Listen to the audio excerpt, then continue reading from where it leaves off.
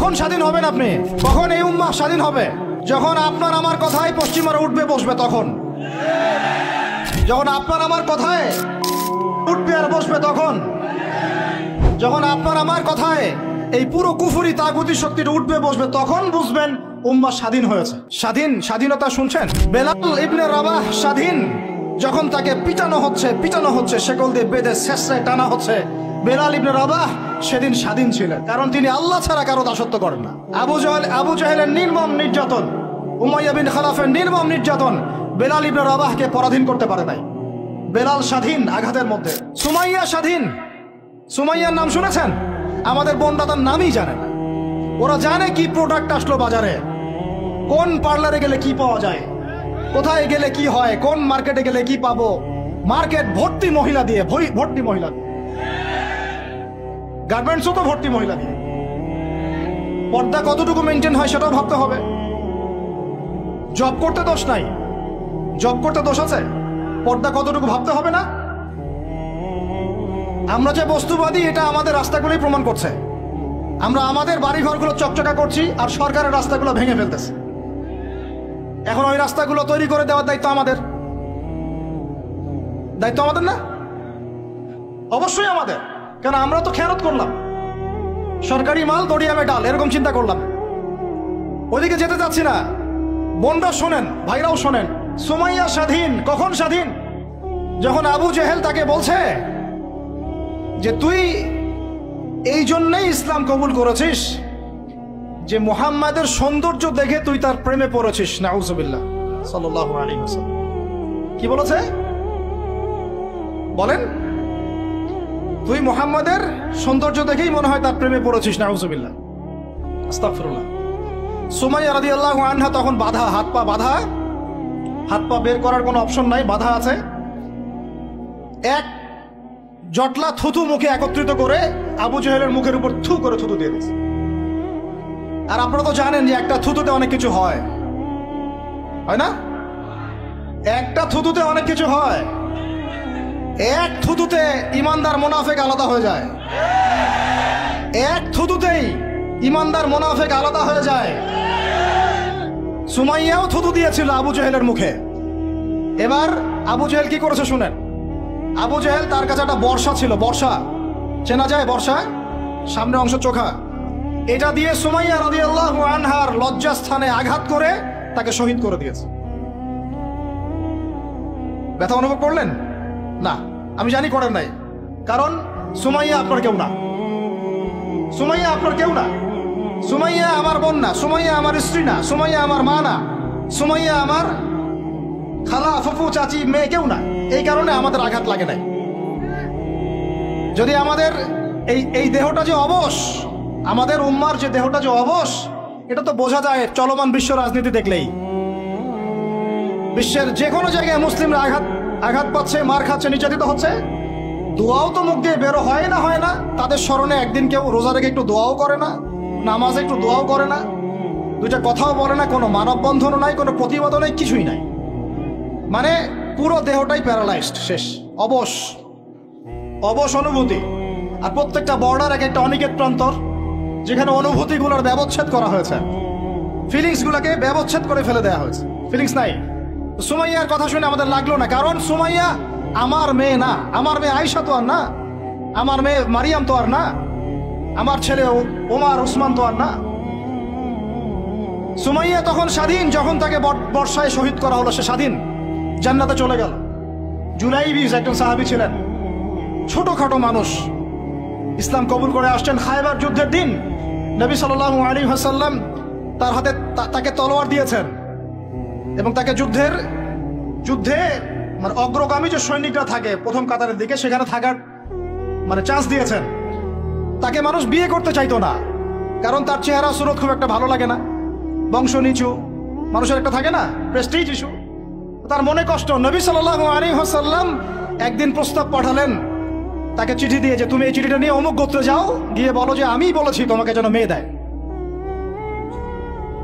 তখন তারপরেও মেয়ে দিতে চাচ্ছে না, কিন্তু সেই মেয়ে শুনেছে যে আল্লাহর নবী সুপারিশ করেছে, আমার যৌবনের উপর ধিক্কার, যদি আমি এই সুপারিশ না রাখি তিনি বললেন জুলাইবিস যেমনই হোক চেহারা, আমি তাকে বিয়ে করতে রাজি আছি। তিনি বিয়ে করলেন, সংসার হলো, শুরু হলো। এই সাহাবী খায়বার যুদ্ধে শহীদ হলেন। নবী সাল্লাল্লাহু আলাইহি ওয়াসাল্লাম তার চারপাশে দেখলেন, তার চারপাশে 12 জন ইহুদির লাশ পড়ে আছে। কয়জন? একাই 12 জনকে হত্যা করেছে এই সাহাবী। সুবহানাল্লাহ। আল্লাহর নবী তাকে নিজের হাতে কোলে নিয়েছেন। কোলে মানে তার দেহটা এরকম ছিল আর কি, খুব লম্বা চওড়া না, নিজের হাতে কোলে নেওয়ার মতো নিয়ে নিজ হাতে তিনি তাকে দাফন করলেন। আর বললেন যে আমার এই সাহাবীর জন্যে হুরে নেইনরা তাদের দরজা খুলে দিয়েছে। এখন তিনি তখন স্বাধীন। স্বাধীন ওমর ইবনে খাত্তাব তখন স্বাধীন। কখন স্বাধীন? ওমর রাদিয়াল্লাহু আনহু যে কোরআন খুলে সূরা তাহা পড়ছেন, তাহা পড়তে পড়তে তার ভিতরে ফিলিংস চলে আসলো যে না, এটা আল্লাহর পক্ষ থেকে আসছে। তিনি বলছেন খুজুনি ইলা রাসূলিল্লাহি ওয়া আসহাবিহি, আমাকে আল্লাহর রাসূলের কাছে নিয়ে চলো, তার সাহাবীদের কাছে নিয়ে চলো। তাকে নিয়ে যাওয়া হলো। ভিতরে হামজা ছিলেন রাদিয়াল্লাহু আনহু, তাকে টেনে নিয়ে আসলেন ভিতরে। বলছেন তরোয়াল নিয়ে আসছো কি জন্য?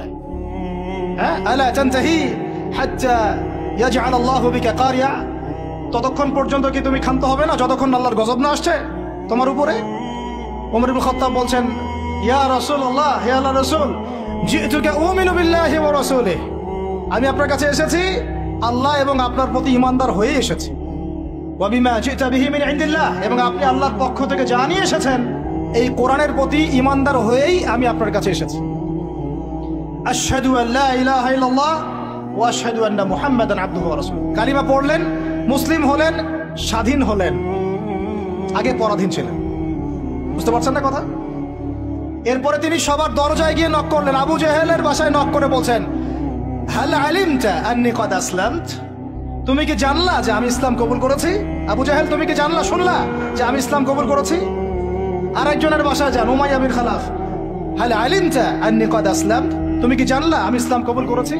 ওয়াত্তাবা'তু মুহাম্মদ সাল্লাল্লাহু আলাইহি ওয়াসাল্লাম, আমি আল্লাহর রাসূলের ইত্তেবা করেছি। এরপর কুরাইশদের এই কাবার সামনে গিয়ে বলছেন ইয়া মা'শারাল কুরাইশ, হে কুরাইশ তোমরা শুনো, ই'লামু আন্নী কদ আসলামত, তোমরা জেনে রাখো যে আমি ইসলাম কবুল করেছি। ওয়া শাহিদতু আল্লা ইলাহা ইল্লাল্লাহ ওয়া আন্না মুহাম্মাদান আবদুহু ওয়া রাসূলুহু।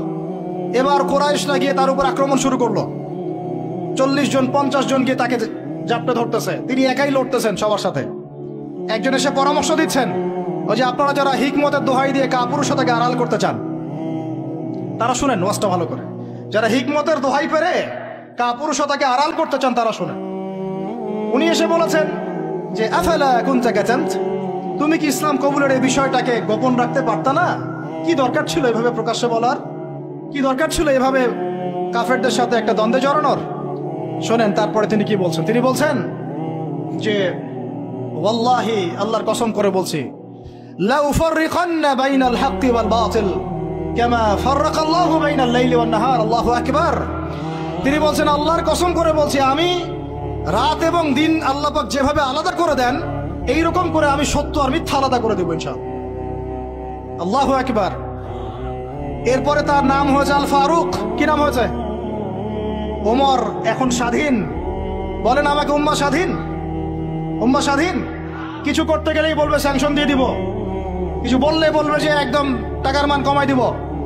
আরো কিছু যদি বলতে চায় আমাদের প্রশাসন, গভর্নমেন্ট, তারা যদি আরো বড় পদক্ষেপ নিতে চায়, প্রশাসন গভর্নমেন্ট যদি বলতে চায়, বলতে পারে বা বলে ওই ইউনাইটেড নেশনসে গিয়ে যে আমরা আমাদের দেশ থেকে আমাদের সেনাবাহিনী পাঠাবো গাজায় গিয়ে আমাদের পক্ষে, আমাদের মুসলিমদের পক্ষে যুদ্ধ করবে, এই কথা যদি বলতে পারে বা বলে, দেখবেন তাদের সমস্ত শক্তি দিয়ে বাংলাদেশকে আক্রমণ করে ফেলছে। আপনি আমাকে বলেন আমরা স্বাধীন? উম্মাহ স্বাধীন?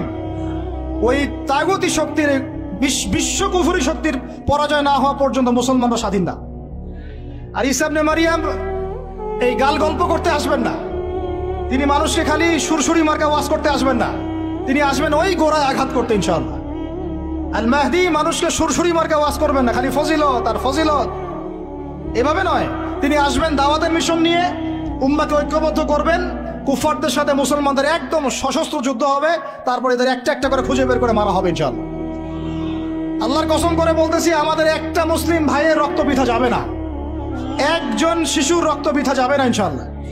একজন বোনের ইজ্জতের মূল্য ওদেরকে দিতে হবে ইনশাআল্লাহ।